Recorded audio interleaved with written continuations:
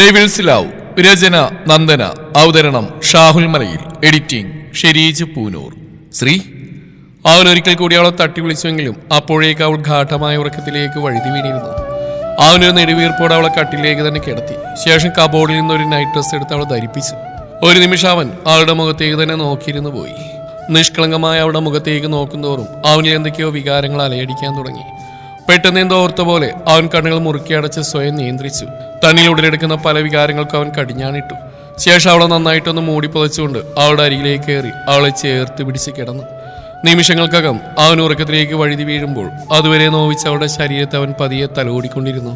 കണ്ണാ കണ്ണാ, വാതിലുറക്കും മോനെ. പുറത്തുനിന്ന് രാജേശ്വരിയുടെ ശബ്ദം കേട്ടവും ദത്തൻ ഞെട്ടലോടെ കണ്ണുകൾ വലിച്ചു തുറന്നു. അവന്റെ കണ്ണുകൾ നേരെ ചുമരിലെ ക്ലോക്കിലേക്ക് നീണ്ടതും ഒരു നിമിഷം അവൻ ഞെട്ടിപ്പോയി.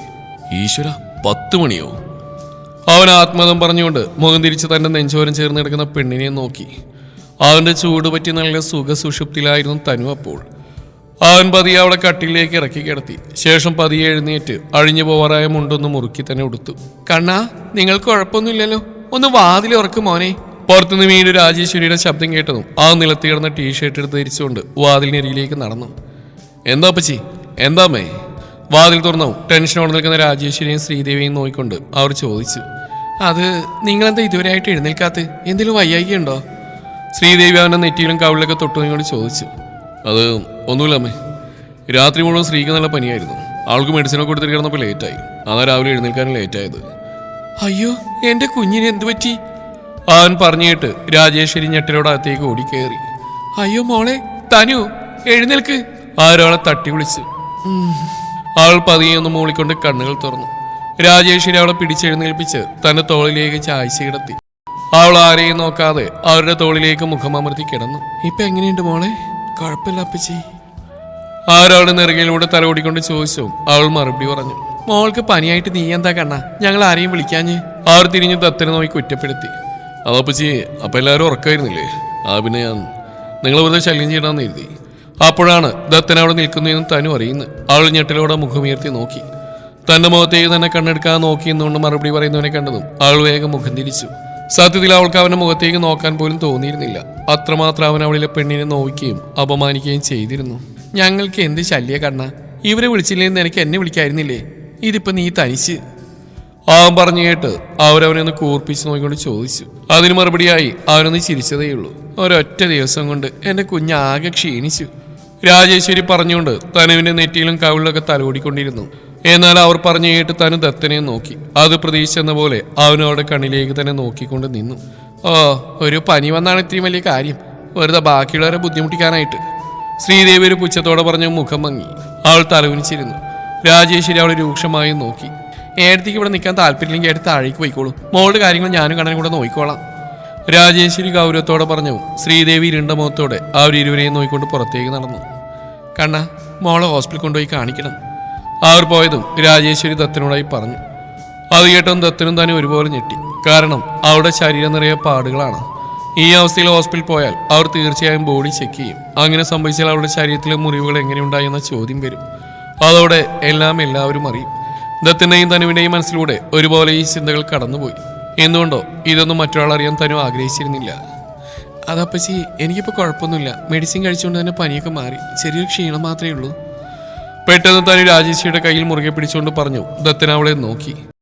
ഏയ്, അങ്ങനെ പറഞ്ഞാൽ പറ്റില്ല, എന്തായാലും ഹോസ്പിറ്റലിൽ പോകണം, ഇപ്പോഴത്തെ പനിയാ, നന്നായിട്ട് സൂക്ഷിക്കണം. അവർ പറഞ്ഞു. തനു ദയനീയമായി അവരെ നോക്കി. പ്ലീസ് അപ്പച്ചി, ഇപ്പം വേണ്ട, ഇപ്പം എനിക്ക് കുറവുണ്ടല്ലോ, ഇനി പനിയെങ്ങാനും വരികയാണെങ്കിൽ അപ്പോൾ ഹോസ്പിറ്റലിൽ പോവാം. അവൾ ദയനീയ ശബ്ദത്തിൽ പറഞ്ഞു. രാജേശ്വരി അവളെ നോക്കി. അവളുടെ നിഷ്കളങ്കമായ മുഖഭാവം കണ്ടതും അവർക്ക് മറുത്തൊന്നും പറയാൻ തോന്നിയില്ല. ശരി, പക്ഷെ ഇനി പനിയെങ്ങാനും കൂടിയാലേ ഹോസ്പിറ്റലിൽ കൊണ്ടുപോയി ട്രിപ്പ് ഇടും, നോയിക്കോ. അവർ കുസൃതിയോടെ പറഞ്ഞു. അവളൊന്ന് പുഞ്ചിരിച്ചു. അവരെ നോക്കിയ ദത്തന്റെ ചുണ്ടിലും ആ നിമിഷം ആ പുഞ്ചിരി തെളിഞ്ഞു നിന്നു.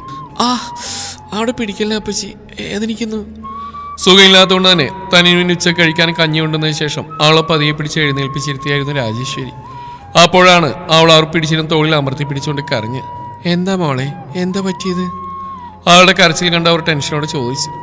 അപ്പോഴാണ് താൻ എന്താ പറഞ്ഞതെന്ന് അവൾ ഓർത്ത്. അതപ്പച്ചി ഒന്നുമില്ല. അവൾ അവരുടെ മുഖത്ത് നോക്കാതെ പതർച്ചയോടെ പറഞ്ഞു. അവളുടെ മുഖഭാവം കണ്ടതും അവർക്ക് എന്തോ സംശയം തോന്നി. എവിടെ നോക്കട്ടെ?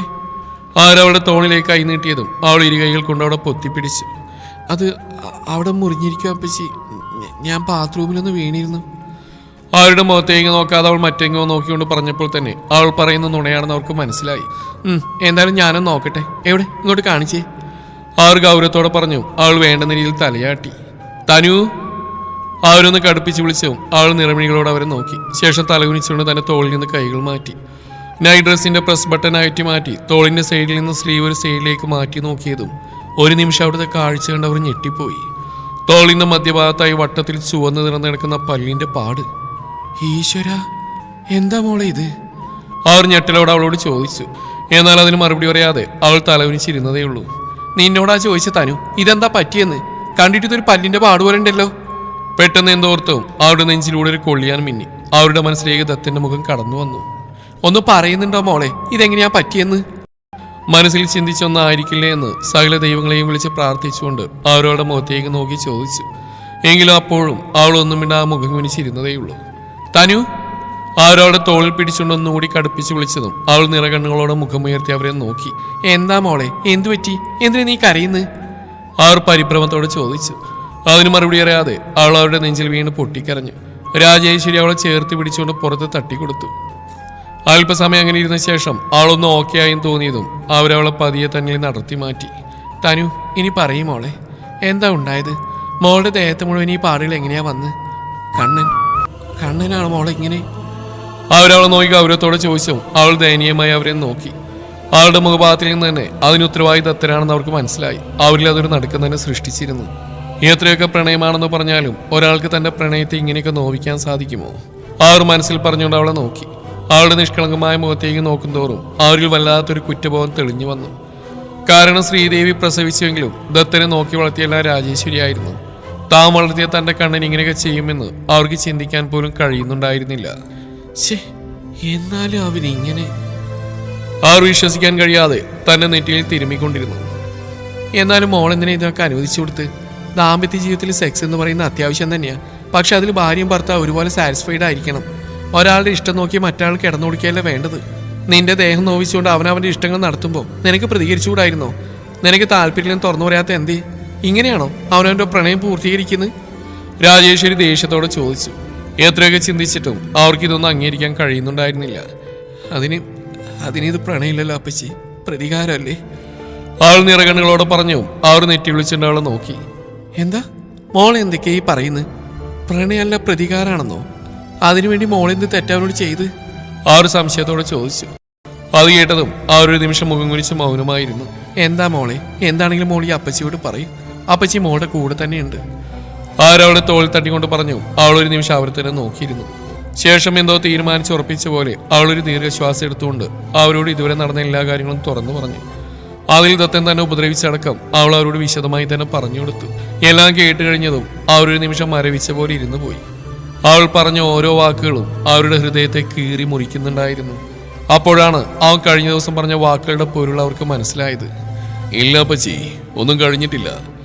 നിങ്ങൾക്കൊക്കെ മറക്കാനും ക്ഷമിക്കാനും കഴിഞ്ഞാലും അവർ നമ്മുടെ കുടുംബത്തോട് ചെയ്ത ചതി അതൊരിക്കലും ഞാൻ പൊറുക്കില്ല. അതിന്റെ പ്രതികാരാണോ അവൻ ഈ പാവം പെൺകുട്ടിയോട് തീർക്കുന്നത്? അവർ വല്ലാത്തൊരു വേദനയോടെ മനസ്സിൽ സ്വയം ചോദിച്ചു. എന്റെ കണ്ണൻ തന്നെയാണോ മോളോട് ഇങ്ങനെയൊക്കെ? ആർ വിശ്വസിക്കാൻ കഴിയാതെ ഒരിക്കൽ കൂടി അവളോട് ചോദിച്ചു. അതിന് മറുപടിയായി അവളൊന്ന് പുച്ഛിച്ചിരിച്ചു. ശേഷം തന്റെ ദേഹത്തെ നൈറ്റ് ഡ്രസ് ഊരിമാറ്റിക്കൊണ്ട് അവരെ തന്റെ ദേഹം മുഴുവൻ കാണിച്ചു കൊടുത്തു. അവളുടെ ദേഹത്ത് ഓരോ മുറിപ്പാടിലൂടെ അവരുടെ കണ്ണുകൾ പാഞ്ഞടന്നു. ഒരു നിമിഷം എന്ത് ചെയ്യണമെന്നറിയാതെ അവർ തലക്കൈ കൊടുത്തോണ്ട് ഇരുന്നു പോയി. ഞാൻ എന്താ മോളെ നിന്നോട് പറയാ? ഇത്രയ്ക്ക് നീ ഇവിടെ അനുഭവിക്കേണ്ടി വന്നല്ലോ എന്ന് ഓർക്കുമ്പോൾ എനിക്ക് എന്നോട് തന്നെ ദേഷ്യം തോന്നുക. അവർ നിറകണ്ണുകളോടെ അവളോട് പറഞ്ഞു. അത് കേട്ട് അവളൊന്ന് പുഞ്ചിരിച്ചുകൊണ്ട് അവരെ നോക്കി. അപ്പച്ചി വിഷമിക്കേണ്ട, ഇതൊക്കെ എൻ്റെ വിധിയാ. അയാളുടെ കയ്യിൽ നിന്ന് ഞാൻ പണം വാങ്ങിപ്പോയില്ലേ, അതുകൊണ്ട് ഇതൊക്കെ ഞാൻ അനുഭവിക്കണം.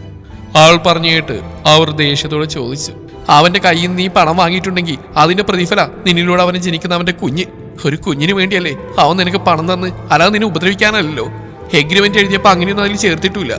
പിന്നെ എന്തുദ്ദേശത്തിലാ അവൻ നിന്റെ ദേഹം നോവിക്കുന്നത്? ഇതൊന്നും അംഗീകരിച്ചു കൊടുക്കേണ്ട കാര്യമില്ല മോളെ. അവരിലെ രോഷം ആളി കത്തുന്നുണ്ടായിരുന്നു. അവനോട് എത്ര സ്നേഹമുണ്ടെന്ന് പറഞ്ഞാലും അവന്റെ ഈ പ്രവൃത്തി ഒരിക്കലും അവർക്ക് അംഗീകരിക്കാൻ കഴിയുന്നുണ്ടായിരുന്നില്ല. ഒരു പെണ്ണിനെ ബലമായി കീഴ്പ്പെടുത്തിയതിനേക്കാൾ വലിയൊരു നീച പ്രവൃത്തി മറ്റൊന്നും തന്നെ ഇല്ലെന്ന് അവർ വിശ്വസിച്ചു.